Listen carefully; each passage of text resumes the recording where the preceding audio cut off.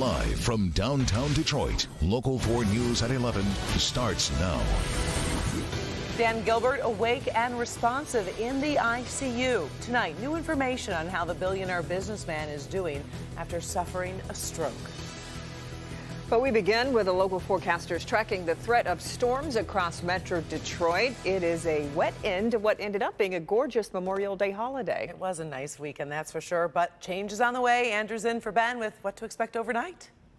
Well, Karen and Kimberly, we are looking at some showers that are moving across, the thunderstorm activity well south of Detroit, and the chance for severe weather diminishing significantly. Now, that said, it's still wet out there, so folks with late night plans, there are many wet roadways that are out there from Detroit and especially down south and down farther to our south and west in Lenawee and also in Monroe counties. Farther south, that's where all the thunderstorm activity is, and that's where a lot of the severe weather is also. It was in northern portions of Indiana, stretching now into portions of Ohio, and off to our west, we're looking at drier conditions. Some scattered showers, but we are looking at the better chance of just scattered shower activity overnight as opposed to washed out activity during the overnight hours. 61 degrees currently.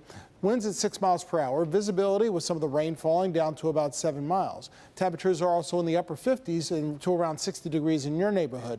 But it looks like the rainiest part of tonight is happening right now. It becomes less rainy, but still wet by morning. What about the rest of your Tuesday? We'll talk more about that and your full 7-day forecast in minutes. All right, thank you, Andrew. We are following breaking news from Detroit's east side, where a 15-year-old boy has been shot in the leg. Jason Colthorpe is live on the scene near Meringue and I-94. Jason, do we know what led up to these shots being fired? Yeah, we do, Kim, and unfortunately, it's something we've heard many times. Two teenagers home alone, playing with a gun. The gun went off. We're talking about two boys, and I want you to take a look behind me. Crime scene investigators actually got a late start getting out to the scene here, and here's the problem. There's a blood trail that goes from the house in question a couple doors down, leading around to the house closest to me here, and it's been raining now out here, and that's hurting. It's kind of washing away some of that evidence. As we say, two teen boys involved in this shooting. The twist here is the one who pulled the trigger was on probation, and as of right now, he's unaccounted for.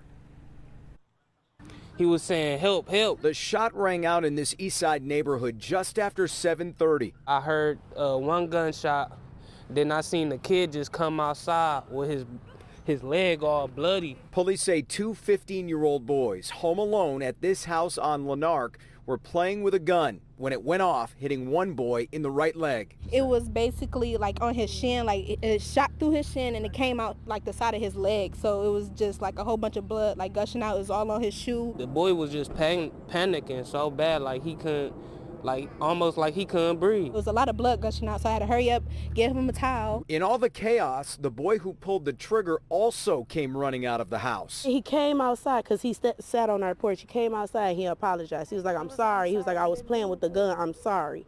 And then that's when he came back to the house, and after that, we didn't see him. It looked like he probably left. Police and witnesses say the shooter took off, and they have a good idea why.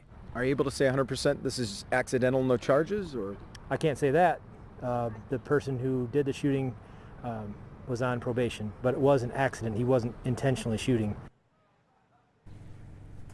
As we say, police still working the scene here. They have recovered the gun that was involved. They have spoken to the mothers of each of the boys involved. At last check, the mother of the boy who was injured was at the hospital with him. The other awaiting for her son to return home, but they don't think he's a danger, and they do expect him to show up at some point. Whether this all shakes out to charges for either that boy or the parents, we'll have to wait and see. Reporting live on the east side tonight, Jason Colthorpe, Local 4. Well, we have some new information tonight on billionaire Dan Gilbert. A spokesperson for Quicken confirms he did have a stroke, but that he is awake and alert in the ICU. Our Mara McDonald is live at Royal Oak Beaumont tonight with the very latest on Gilbert's condition. Mara, what have you found out? Well, Karen, the word out of Quicken tonight is upbeat. They are now confirming that it's not stroke-like, that it is an actual stroke that Dan Gilbert had. And you know that he was supposed to be speaking at the Mackinac Policy Conference this week. That clearly is not going to happen. The question is how fast his recovery is and whether he's going to be in position for the Rocket Mortgage Classic, his first PGA Tour event coming up in June. In a statement from Quicken Loans CEO Jay Farner, quote, Dan was not feeling well Sunday morning, so he was taken to the hospital by a family friend. While under care at the hospital, he suffered a stroke and was immediately taken in for a catheter-based procedure, then moved to recovery in intensive care. Gilbert, as usual, had a heavy schedule of commitments in the coming weeks, which are now all on hold. Farner going on to say, quote, Dan is awake, responsive, and resting comfortably. Dan and his family are immensely grateful to the doctors and nurses whose early intervention is already paying dividends towards his recovery. Back here live, so right now, all the respective CEOs of his company continue on and handle the business of the day. Bill Emerson, CEO of Bedrock, will be stepping in at the Mackinac Policy Conference in Dan Gilbert's stead. We're live at Royal Oak Beaumont tonight. I'm Mara McDonald, Local 4. Well, okay, Mara. Detroit police have released video of the man they believe shot and killed an 18-year-old all over a pair of Cartier sunglasses. Take a look. This is video of the suspect getting out of his car and entering the gas station where it happened on 7 Mile and Outer Drive. He drove away from the scene in a red Chevy Cobalt. Here's another look at the suspect along with 2 other men police believe have information on the shooting. If you know anything about what happened, call Detroit Police. While many enjoyed an extra day off today, it is important to remember the true meaning of Memorial Day. Today in Ferndale, families gathered for the 101st annual parade to remember those who have died in service to our country. And today, Vice President Mike Pence placed a wreath at the Tomb of the Unknown Soldier to remember fallen service members at Arlington National Cemetery. President Trump visited the cemetery last week before leaving for Japan. Tomorrow, the Michigan State University Board of Trustees is expected to name its new president. The title of MSU president has been marred by controversy as former President Luana K. Simon is facing criminal charges for allegedly lying to police during the Nassar investigation. Former interim president John Engler, who took over after Simon, later stepped down following backlash from Nassar survivors. A major automotive merger could be in the works between FCA and French automaker Renault. Should the merger be approved, FCA and Renault will have a 50-50 share of the newly formed company. The proposed merger would help propel Fiat Chrysler's transition into self-driving and electric vehicles. The French government will have a big say if the deal gets done, since it is Renault's largest shareholder.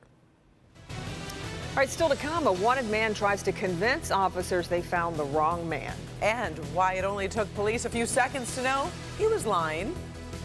And video shows a teenager being chased by a gunman. See the moment a Good Samaritan got involved. Jamie. You've heard the phrase lose for Hughes. So what does Jack Hughes think of it? It's funny. I mean, there's nothing I can do where I go, though. So, I mean, to have the support of the fans, I think it's pretty cool. Centered, scores, Jack Hughes. In losing, one NHL team, probably New Jersey, is winning the opportunity to draft a generational talent who honed his craft right here in Metro Detroit. We chat with Jack Hughes next on Local 4. Tuesday at 5, these school buses are carrying precious cargo. Whoa, there he blew it. And there's this one, too.